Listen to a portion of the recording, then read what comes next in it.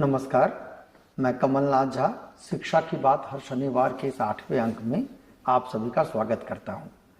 आज पिछले अंकों की तरह भी हम शिक्षकों और बच्चों के कुछ सवाल लेंगे।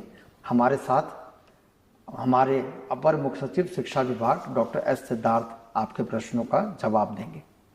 आपका बहुत बहुत स्वागत है सर, आपका अभिनंदन करते हैं। सर, इसमें पहला सवाल है राकेश कुमार, ये हेडमास्टर हैं मध्य विद्यालय वानिया ब्लॉक मोदनगंज जहानाबाद से। इनका सर कहना है कि विद्यालय में सुधारात्मक विद्यालय निरीक्षण हो, ग्रामीण से शिक्षकों का फीडबैक लिया जाए, फीडबैक नकारात्मक आने पर उन्हें सुधरने का 1 या 2 मौका दिया जाए, तत्पश्चात बदलाव नहीं दिखने पर कठोर कार्रवाई की जाए जिसमें बर्खास्तगी भी अपेक्षित है।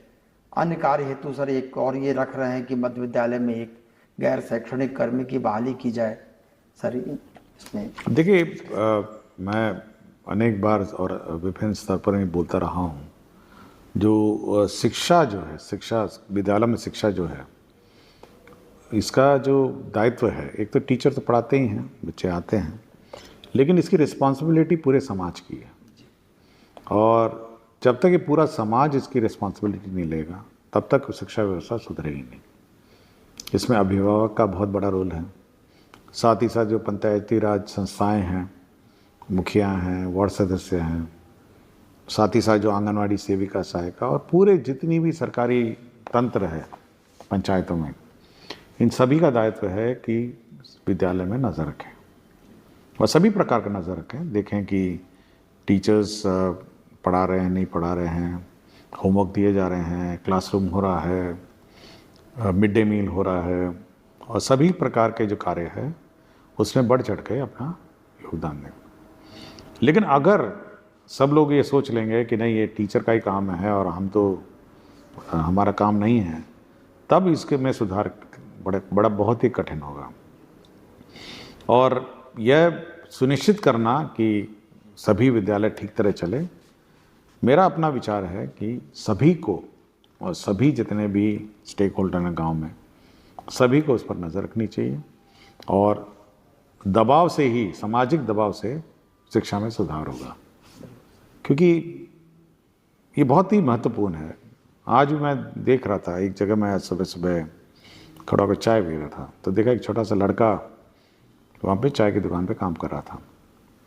तो मैंने ऐसे ही पूछा कि आप स्कूल नहीं जाते हैं? तो उसने यही कहा कि विद्यालय में खर्चा लगता था, पैसे लगते थे, इसलिए मैं इस विद्यालय छोड़ दिया।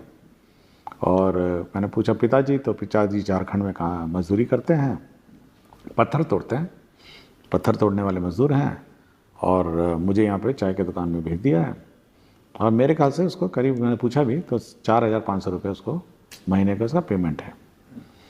तो देखिए, गांव बहुत छोटा सा यूनिट है और गांव में सब लोग जानते हैं कि फलानवा का बेटा बेटी क्या करता है, और सबको ये बात पता होगी कि बच्चा है वो चाय का दुकान में पटना में काम कर रहा है।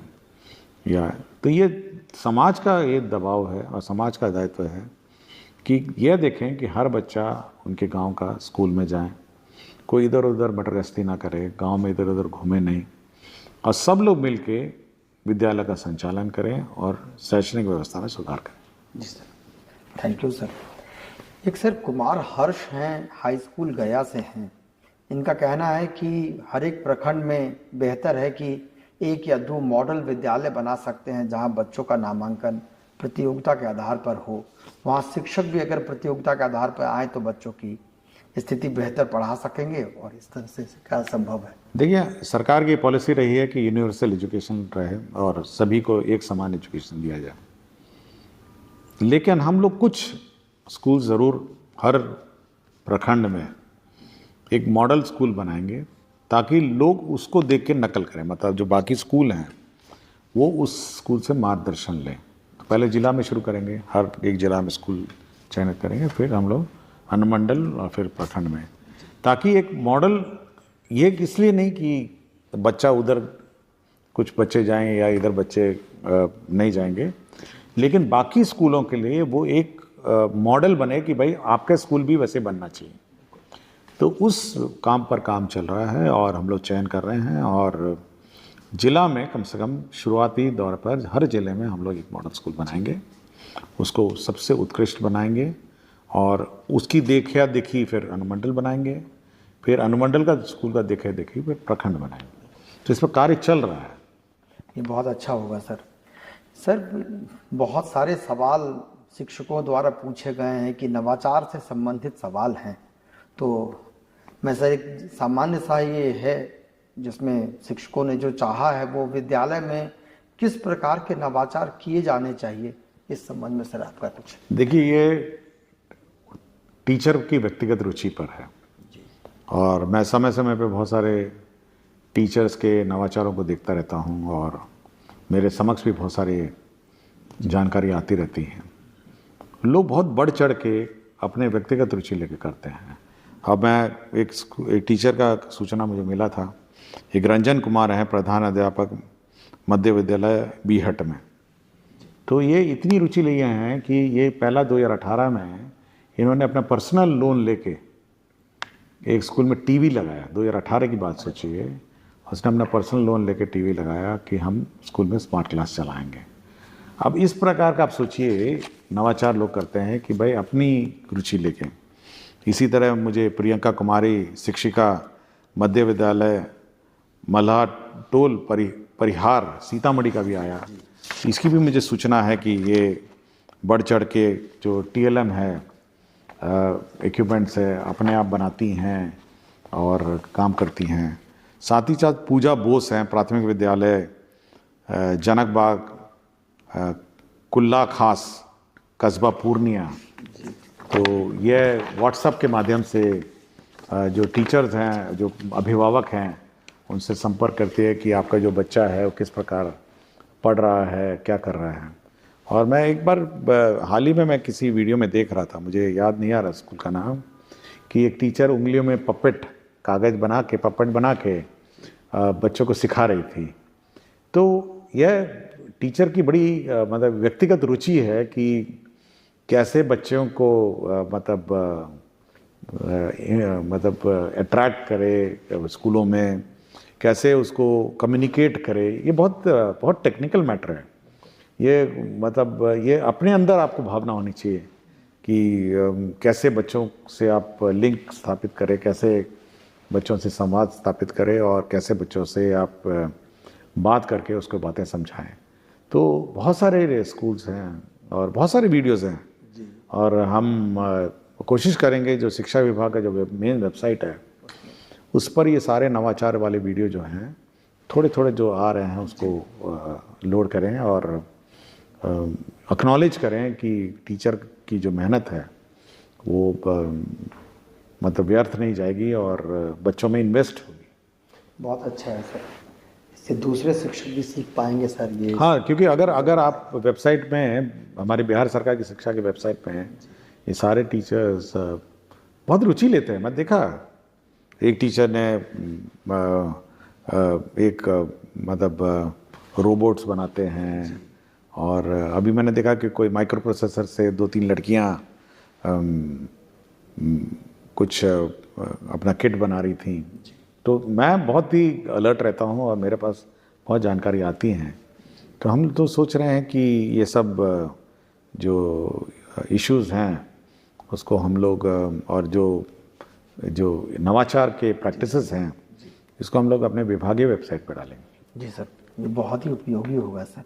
सर, एक कंप्यूटर शिक्षक है अविनाश कुमार, इनका कहना है कि बिहार के माध्यमिक विद्यालयों में कार्यरत शिक्षक से शिक्षण के बदले कंप्यूटर पर और बहुत सारे गैर शैक्षणिक कार्य लिए जाते हैं, जबकि गैर शैक्षणिक कार्य नहीं करने के लिए आदेश भी दिए गए हैं। तो कृपया इस संबंध में कुछ। देखिए, इसमें बहुत स्पष्ट है कि कंप्यूटर जो टीचर हैं उनका काम है कंप्यूटर क्लास का संचालन, और कंप्यूटर का क्लास का संचालन हो और कंप्यूटर बच्चों को सिखाएं। और कुछ ही मेरे ख्याल से पिछले एपिसोड में ये बात आई थी, बच्चों ने शिकायत की थी कि कंप्यूटर हैं लेकिन हमको सिखाया नहीं जाता है। तो इसलिए यह बिल्कुल स्पष्ट है कि यह शैक्षणिक कार्य जो है यह करने का कार्य है। और जहाँ तक डेटा एंट्री ऑपरेशन है, बहुत सारा हम लोग डेटा लेते हैं स्कूल का, तो इसके लिए हम लोगों ने अलग से व्यवस्था की है, BRC में व्यवस्था की है और क्लस्टर रिसोर्स सेंटर में की है, तो वहाँ जाके कर सकते हैं। और हम लोग उसको भी और स्ट्रेंथन कर रहे हैं, उनको लैपटॉप दे रहे हैं ताकि वहाँ पे डेटा एंट्री हो। स्कूल के क्लासरूम में डेटा एंट्री मेरे ख्याल से ये नहीं अलाउड नहीं।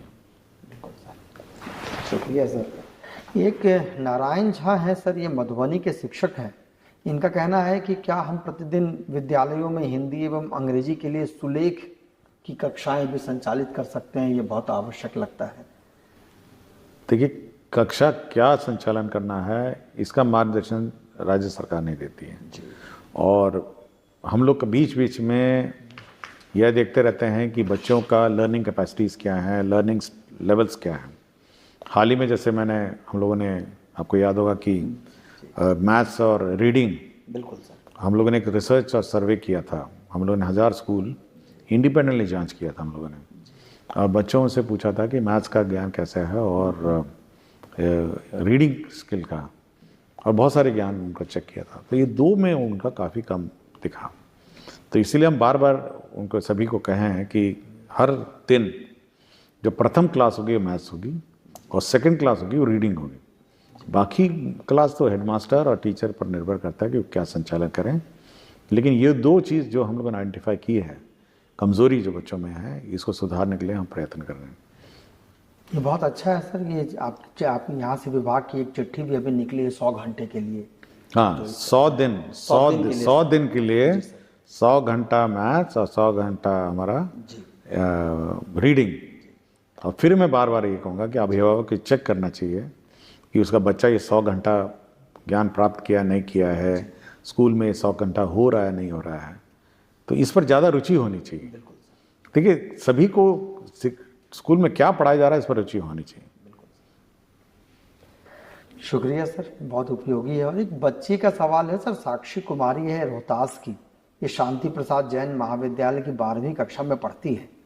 इनका कहना है कि निवेदन है कि मैंने आपके विषय में इतना जाना है कि उससे पता चलता है कि आपने शिक्षा के विभिन्न क्षेत्रों में सुधारे किए हैं और अभी भी कर रहे हैं, लेकिन हमारे विद्यालय में शिक्षकों और शिक्षिकाओं एवं विद्यार्थियों का सही अनुपात नहीं है, जिसके कारण पठन पाठन की क्रिया में रुकावट आती है एवं हमारे विद्यालय में विज्ञान एवं अंग्रेजी के शिक्षकों का अभाव है।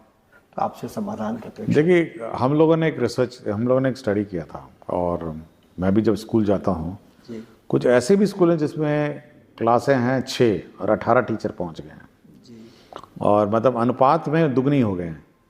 तो हम लोगों ने एक व्यवस्था की है कि जिला पदाधिकारी की अध्यक्षता में कमेटी बनाई है। हाल ही में कल कैबिनेट मंत्री परिषद ने स्वीकृत किया और अधिसूचना राज्य सरकार ने निकाली है कि टीचर अनुपात, सब्जेक्ट अनुपात देख के जिला के अंदर आप उनको स्थानांतरण करके सेट कर सकते हैं। अब जैसे IIT का लैब्स बन रहे हैं, तो हम लोगों ने कहा कि जहाँ जहाँ साइंस टीचर है या प्रैक्टिकल करना है तो आप वहाँ से डिप्यूटेशन कर सकते हैं। तो स्थानीय स्तर पर भी हम लोगों ने पावर दी हैं जिला स्थापना समिति को कि वो आवश्यकता अनुसार सब्जेक्ट वाइज अपना डिप्यूटेशन कर सकते हैं और सब्जेक्ट वाइज ये इंश्योर करेंगे कि जो शिक्षक स्टूडेंट अनुपात जो है वो मेंटेन करते हुए अपना पोस्टिंग ट्रांसफ़र कर सकते हैं। कमेटी हम लोगों ने बना दी। ये बहुत बहुत शुक्रिया सर, बहुत ये उपयोगी है और सभी को इससे फ़ायदा होगा सर। बहुत बहुत शुक्रिया सर आज। Thank you so much sir.